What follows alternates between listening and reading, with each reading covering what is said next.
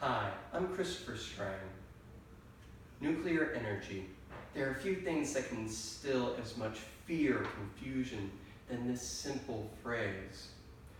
Cancer, radiation, and disasters have all been associated with nuclear energy. And with the success of HBO's miniseries Chernobyl, it has been thrust back into the spotlight.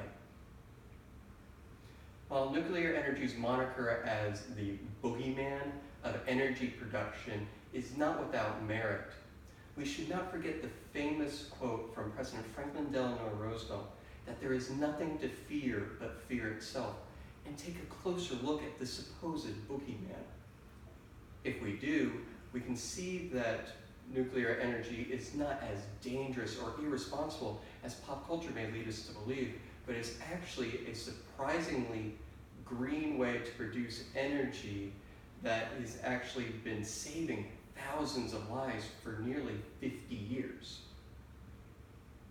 Now, I know some of you may be thinking that there's no way that nuclear energy can be an ecologically and environmentally friendly way to produce energy because it uses radioactive materials that can be harmful to the environment.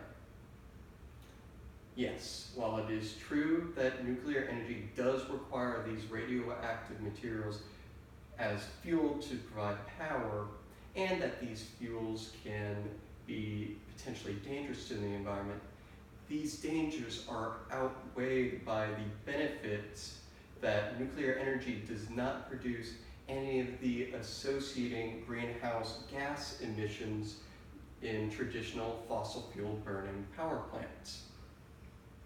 In 2006, some 9,000 tons of nuclear waste was produced globally, but in the same amount of time, no nuclear power plant produced any carbon or any of the other major contributors to the greenhouse effect. In fact, the US's nuclear power plants prevented some 164 million metric tons. This is the equivalent of 450 Empire State Buildings worth of carbon being released into the atmosphere. Now, you may be saying that nuclear energy is still just too dangerous, with disasters like Fukushima and Chernobyl killing thousands. There's no way that nuclear energy has actually been saving lives in this period of time. Yes, when nuclear disasters occur, there is a devastating loss of life. But this loss of life pales into comparison to the amount of lives that are saved by worldwide nuclear power production, because it reduces our exposure to the harmful effects of burning fossil fuels. A report from NASA's scientists in the scientific journal Environmental Sciences and Technology reported that the estimated total of deaths that were caused by nuclear power from 1971 to 2009 was 4,900 deaths globally.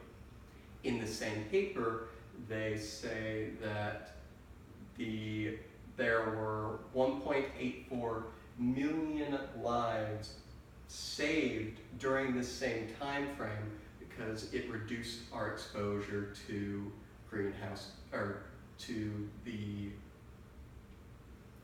after effects of burning fossil fuels.